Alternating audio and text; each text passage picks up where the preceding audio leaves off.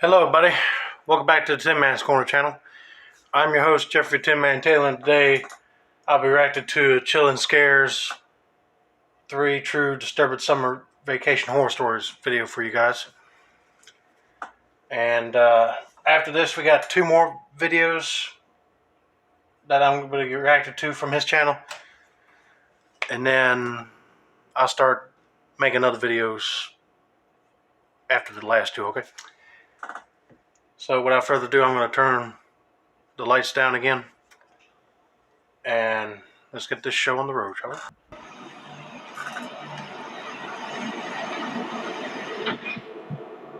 Oh, I love the blood drip effect. Here's story number 1, folks. My family's pretty big on camping during the warm summer months. Or at least my dad is. I'm 16 now, but when I was a lot younger, my parents split up. I live with my mom during the school semesters, and my dad during summer break. And when I'm living with my dad, we would constantly be going on different camping trips around the state, as sort of mini summer vacations. We go tent camping, and despite almost never having any phone service or any contact with the outside world, we both loved it. It always gave us a good opportunity to bond with each other, and overall have a good time. Every time we went, my dad and I would always put in the research to try and find a new spot to go. That's nice. We didn't really ever like going to the same place twice, although we did make one exception to this rule. A few years back, we found this one campsite with a really nice lake and beach. We would do that too if we were going somewhere. We'd probably try not to go to the same place every year. We try to go to different places in a certain town, of course. It had some really hard to pronounce name. I can't remember exactly what it was, but ever since we discovered it, every year we've gone to that exact place at least once. It was beautiful, and even better yet, not very well known to the public. Though, even still, there were always a decent amount of other campers there every time we arrived. Most of them had children or teenagers, so it wasn't a wild party scene. It pretty much got its reputation as an informal family holiday spot. There was even a small building with toilets and showers installed nearby, even though it was practically in the middle of nowhere. Something I probably should have mentioned by now is that just a few days or so before my dad and I were going to go to this exact spot and spend the weekend camping, he actually adopted 2 German Shepherd dogs. Oh, that's nice. I mean, it was so recent that he hadn't even come up with names for them yet. But regardless, we figured we would take them with us on our trip. They were really well trained, and the instant my dad got them, you could tell they took a liking to him right away. So it was me, my dad, and his... Yeah, I heard that German Shepherds can be friendly if they're trained right. Yeah, I know. You take them out on an outdoors camping trip, they'll like it. 2 dogs. I remember this time in particular, we left later than usual. Late enough to where by the time we had actually arrived, the sun had pretty much already set. Definitely not a good time to have to build a tent. When we pulled into the site, we'd expected to arrive to other campers already set up and lighting up the forest with different campfires. But no, we were surprised to find out we were the only ones there. We had never been the only ones there. This place always had at least a few other campers. I mean, it was especially odd considering it was the middle of the summer, and the weather had been and was expected to be really nice. Needless to say, this put us on edge, but we tried to ignore it and started taking stuff out of the car to build our tent. Building that tent was difficult to say the least, only because at that point it was pitch black outside, and if you've ever tried to set up a tent in the dark, you know I'm not lying when I tell you it was hard. As we were fumbling around in the dark, we could clearly hear a car pulling up somewhere nearby. But yeah, that is odd that there ain't nobody else there besides you guys camping. And if you're in the time when people are going to be actively camping, then it should have been some people there. And then all of a sudden, one car pulls up after you. We weren't expecting to see anyone out here at this point. My dad simply said it must have just been security, and continued setting up the tent. But I don't know why a random campsite would have had security. I think what he meant was the Wildlife Trust or something, as they do occasionally come down to inspect the area. But in the pitch black darkness of the night, No, that doesn't sound right. Whoever it was must have gotten out of their car, because through a clearing in the trees, we could see a figure walking around crouched low to the ground. Turn the flashlight off, my dad said in an almost panicked voice. What he said startled me, but I did what he said. Though it was clear we were too late. The figure already knew where we were, as the sound of footsteps was getting louder, making it clear the figure was approaching us. And that's when 3 flashlights turned on, and we realized it wasn't just one guy. There were 3 grown men, now only a few feet away from us. To our absolute horror, each one of them was carrying a large knife. Once my dad noticed this, he immediately got up, holding a camping mallet behind his back. The men began to practically shout at us that we couldn't camp here. My dad initially tried to be a bit low-key with the guys, and told them that it was fine and that we'd leave. But this didn't work. The men kept coming closer to us. I remember shaking. I was utterly terrified, as I'm sure anyone would be in that situation. It genuinely felt like these guys wanted to fight, and I knew for a fact... Yeah, if they got knives and they'd be like, they were trying to do something, be like, yeah, we're just leaving, good lordy. But if they want to keep on coming near you, they'd be like, no, they want you out of the picture so they won't get caught or you won't let people know what they're doing. This will be a good time to release them dogs on them. My dad against 3 grown men with knives would not have ended well. But that's when I remembered the dogs.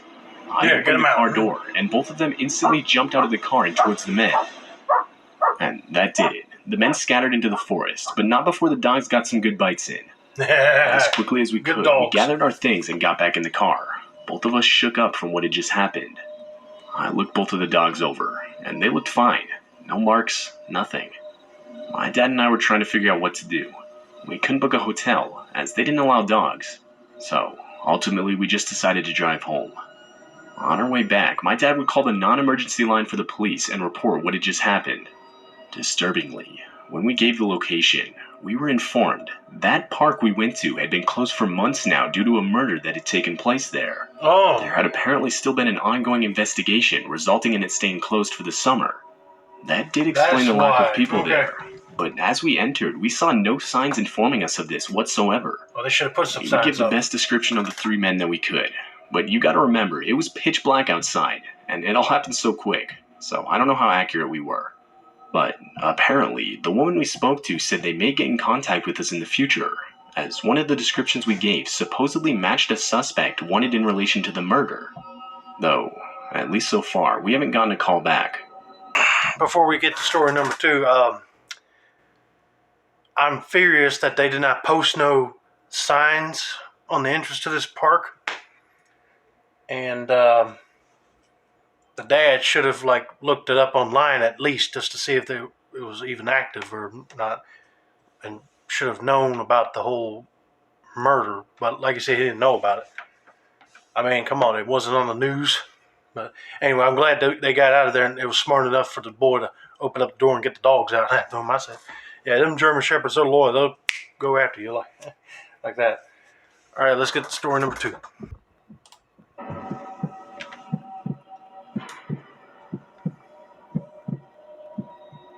This occurred in 2019, on a vacation my family and I went on in the summer.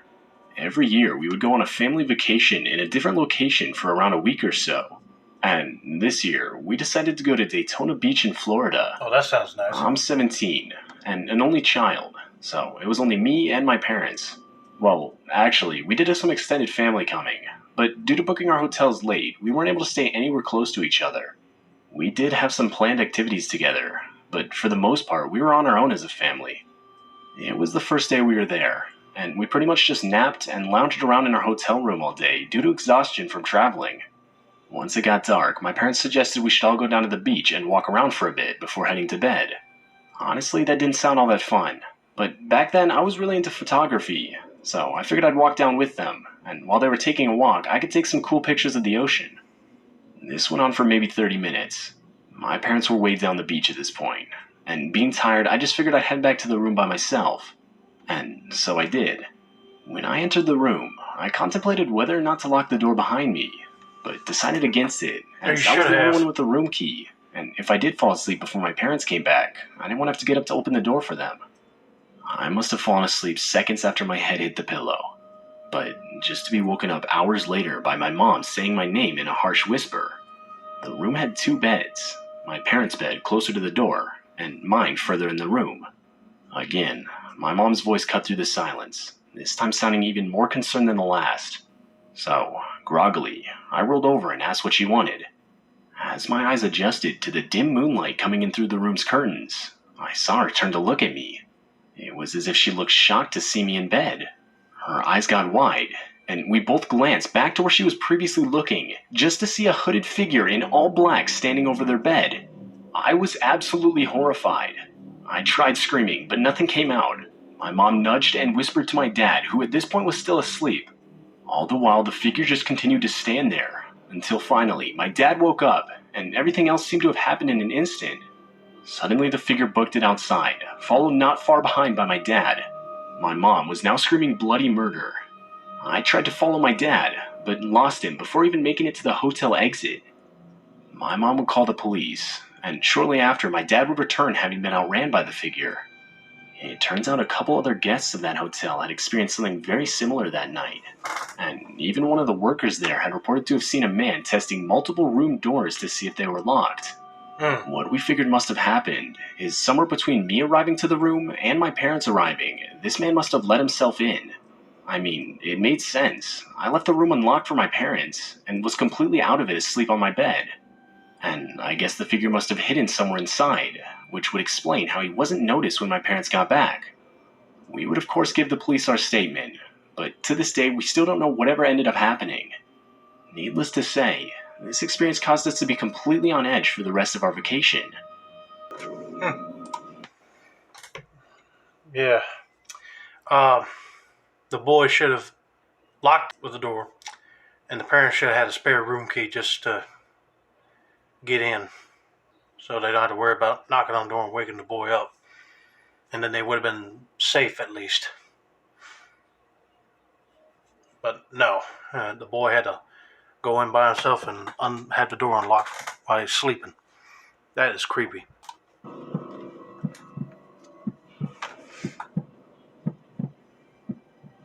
This happened around 2 years ago. That's a nice picture of a log cabin resort. Hate to imagine how much this thing costs to build, but anyway. My friend and I, female and both 16 at the time, were vacationing in a small national park in California. It was technically my friend's family vacation, but I was close enough to her family to where they were happy to invite me.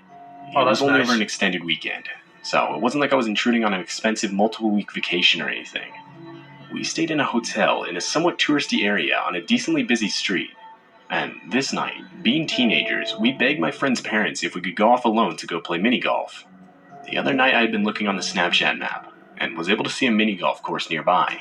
I remember suggesting we should check it out, and we figured this night would be perfect. It was only about 4 blocks down from our hotel, and we insisted on walking there alone. After a bit of pleading, her parents agreed, as long as we were back before dark. When we got there, we quickly realized the course itself was in terrible condition. It looked abandoned. I mean, all the bushes were overgrown. Half the holes were flooded. You get the idea.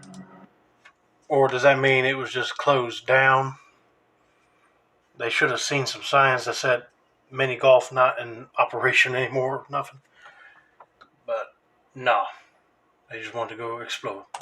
Though, in my mind, this wasn't a bad thing. Maybe this meant we wouldn't have to pay. We saw another group of teenagers true. playing in the distance, and considering there were a couple clubs and golf balls lying around, we just started playing. We played the first half of our game, and nothing eventful happened. But that's when we noticed a man, probably in his mid-20s or early 30s, just following us around the course. The group of teenagers that had been there had left at this point, meaning it was just me and my friend alone with this dude. Oh, After getting a better look, I realized the guy had on what looked like to be a work uniform for the place. Maybe the place wasn't abandoned. Maybe we really were supposed to pay. And both me and my friend figured he was coming to kick us off.